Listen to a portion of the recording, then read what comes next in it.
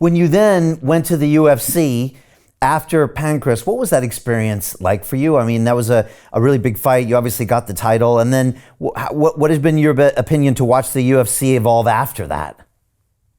I just loved everything. I always wanted to fight in the UFC. Not in the beginning, though, because they were talking about there was no referee, he couldn't step in. And I go, listen, I'm crazy, but I'm not an idiot. I mean, if I get knocked out, I would like the guy to stop. And if you have got a complete psychopath who decides to jump on top of you and gives you 6 or 7 more elbows, which we saw in the first few UFCs, until thankfully Big Joe McCarthy put his foot down. He says, listen, if I can't step in, I'm out.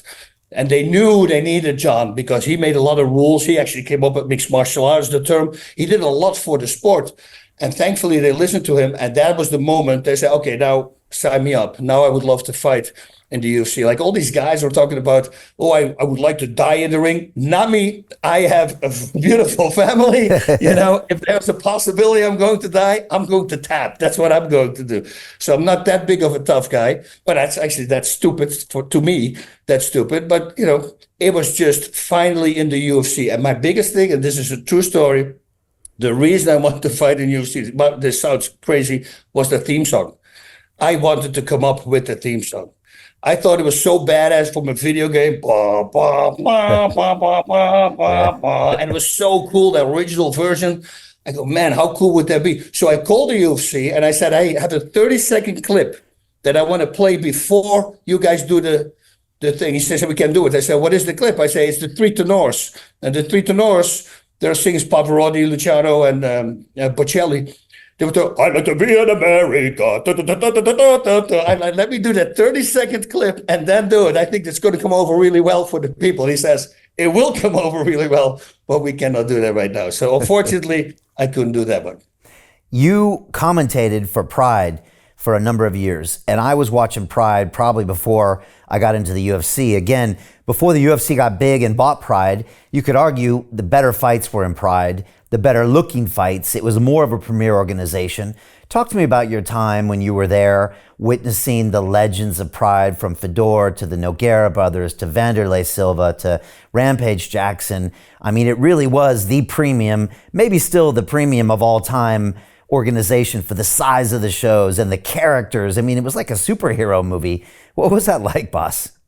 It's the most fun time we ever had. Every time when we see fighters from Pride, we go. I mean, breakfast at the Tokyo Hilton in Shinjuku, best breakfast on the planet. Never seen anything better.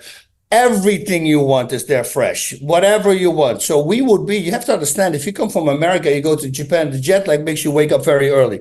Go to bed early, wake up early. From Holland, it's completely the opposite. You all wake at night. But anyway, so everybody's hungry in the morning. So there will be a freaking line at 5 a.m.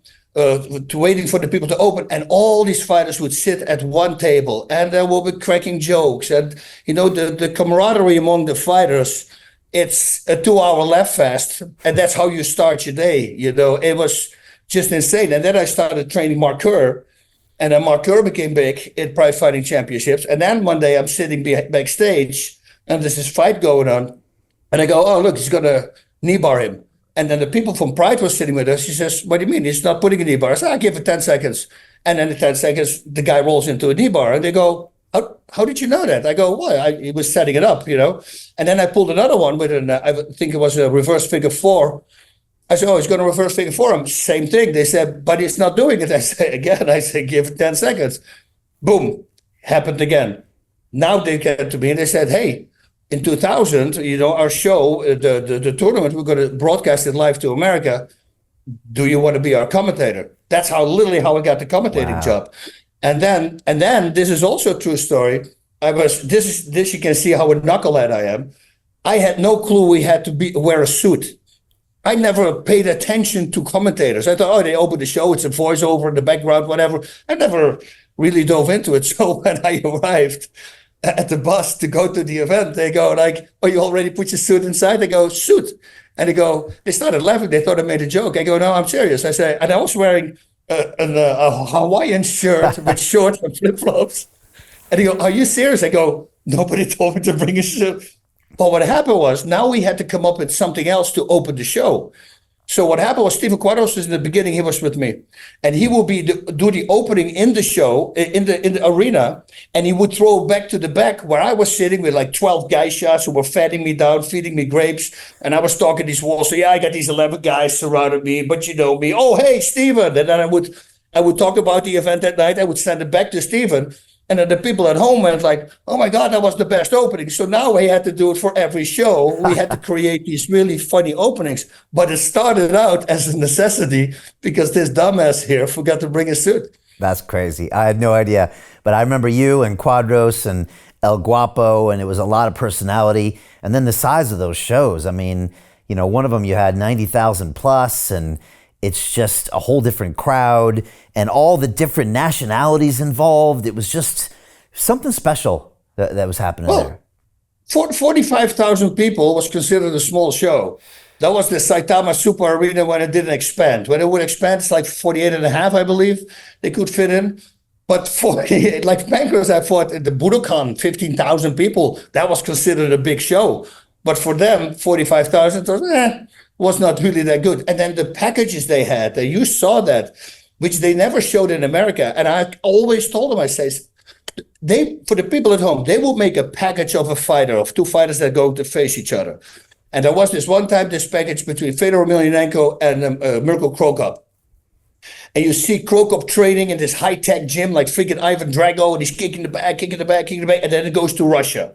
And there's Fedor with this rusted kettlebell swinging in the snow and running through the snow. And I go back to him and all these high-tech things and gym equipment. And back to Fedor, and he's got a log in his neck. And then it goes to a river and corpses floating in the river, and it's frozen. And then you see Mirko sitting at the grave of his father who passed away as a war hero. I get goosebumps now. And I remember the camera goes to Mirko, and he's got tears in his eyes. This is before he fights freaking Fedor. Wow. You know, and I always told him, I said, why don't you show these packages on American TV? People are going to freaking love these things. But they said they were locked up, their Tokyo TV deal. I think they didn't want to do it. But that was a great way to, and I truly believe that's why Pride was so big. Of course, also because of Sakuraba, because he was the only person in the world who beat 4 Gracies. Yeah. Nobody ever did that before. And he put really Pride Fighting Championships on the map. But also the packages, the camaraderie, the fighters, the fights. I mean, these crazy fights they had, the 170-pound guy against the 500-pound guy. You know, stuff like that, that's what people really liked. Do you think that'll ever come back in Japan, or was that just the right place at the right time, and maybe that's a one-off thing? Yeah, it's a one-off thing because they can't find a guy like Sakuraba anymore. It's very hard to find a Japanese fighter that can beat all the good guys that come from Brazil, from home, from every country around the world. And I think he really put us on the map. He was the catalyst, I would say, for Pride Fighting Championships. Hey, I know investing in crypto is scary.